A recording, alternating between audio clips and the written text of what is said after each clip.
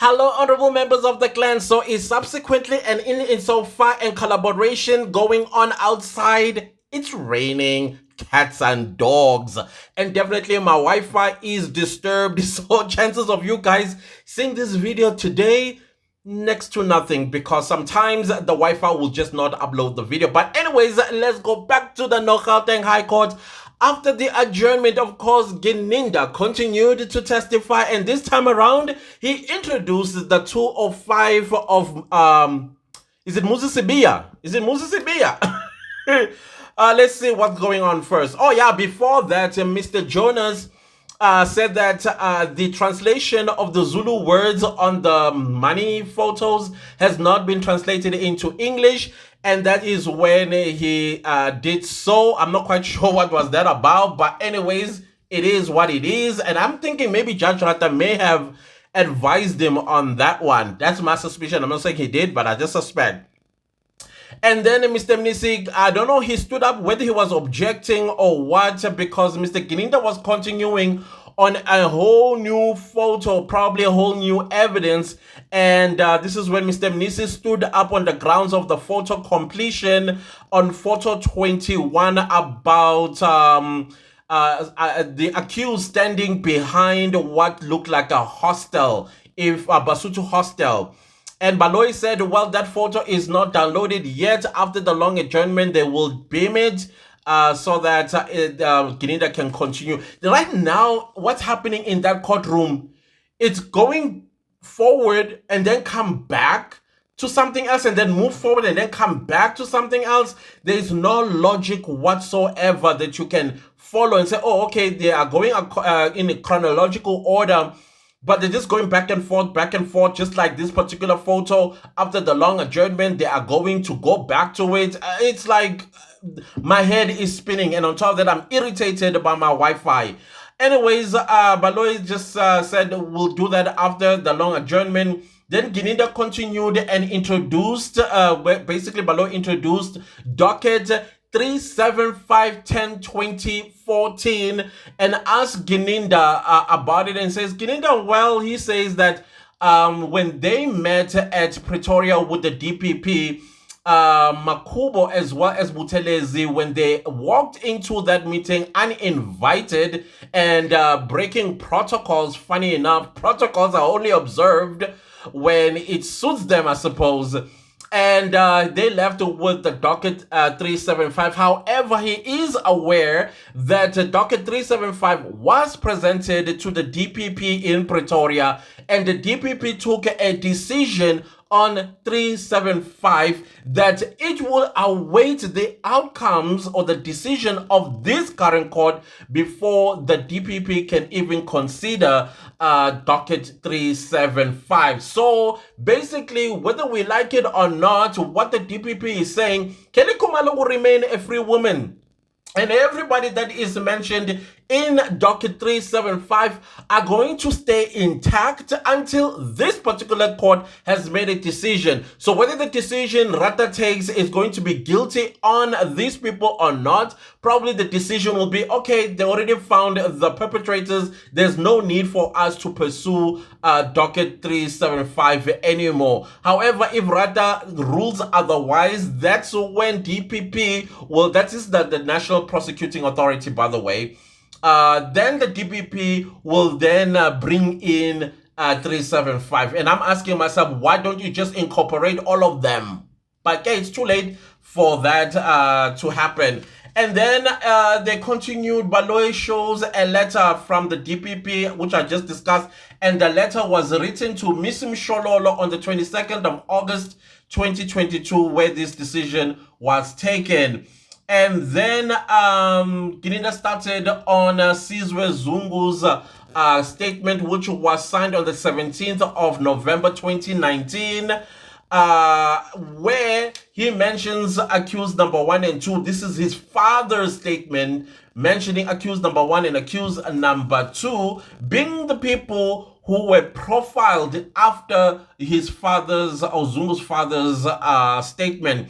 And then on the 7th of September 2023, Zungu took the stand and testified and put things into context regarding his father's statement. Why am I blank about this one? Because I totally am blank. I don't remember Absalom Zungu being mentioned in a trial, within a trial, or in the main trial in 2023. But it is being said as though he did. I don't know, guys.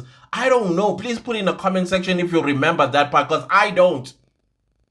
And then he continues to say, on the 19th of November, he saw Muzi Sibiya. It was a wedding back home in Nongoma or Lundi. I don't know where that was. And then he had heard that his friends are looking to shoot him, or his family members are looking to shoot him. If he could speak to them, not to do so. And apparently Muzi did speak to them, and they stopped the plan of deleting him because of the information he knew. And this is 2019. How many years later? About 5 years later since the incident with Senzo Meiwa?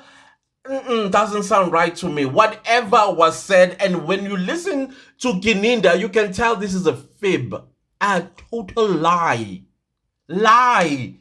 Anyways, let's continue. It says, I spoke to accused number 1 because I was concerned about him. So Zungu says in his testimony, he called number 1. They talked at the wedding, and then he called him again on the telephone, basically to ask him for his people not to shoot him. So now they're reading the 205 of that particular cell phone. I mean, that cell phone, until it gives us the conversation what is about. There's no denying that they do know each other, or even relatives. But what does that phone call of 2019 could mean? Because if we are related and now and again we call each other, it doesn't mean we were talking about this matter. And me telling you, oh, about the Senzo Meiwa, the goalkeeper, I am feeling a little bit guilty, I am involved, or me, and other guys are involved. That doesn't sound right to me at all. He said, I spoke to him and asked him to stop his people from trying to shoot me. He did ask them, and they did stop. And I think it was in 2019 when he spoke to Muzi about the goalkeeper and all those things. And then Zungu asking Muzi why his people want to delete him. And I'm like, but you the one who just said because your father and yourself know. Anyways. And then Gininda continued to say, going through Zungu's 205 now. He's going through Zungu's 205.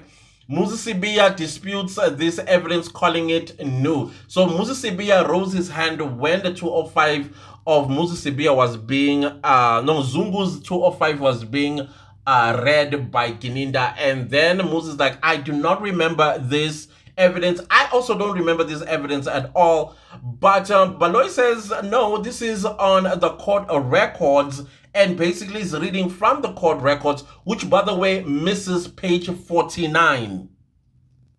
It misses page 49. And Baloy says the evidence is on record, is Exhibit D or something like that. And this is Pinky from Vodacom's testimony regarding that 205. I don't remember it as well. I don't remember it. I'm sorry. And Gininda continued to testify. He was once again interrupted with another hand raised from Ramusipili this time around, asking the court if he could speak to Bongani Ndanzi. And then the judge, then they took some time in this consultation. Then Judge Rata was like, you know what? Consult with your clients all you want. Let's adjourn until 2 p.m. Probably you'll have sufficient time to consult with your clients. This is what, 12:24. And then he adjourned the court. And then there was an adjournment. Just when I was sitting down to prepare these very reports, they returned around 13:09. And then basically in 13:09, Mr. Mgome Zulu's client, which is Muzi Sibiya, raised concern that his lawyer is not feeling well, and then he doesn't feel like he will represent him to the best of his capability.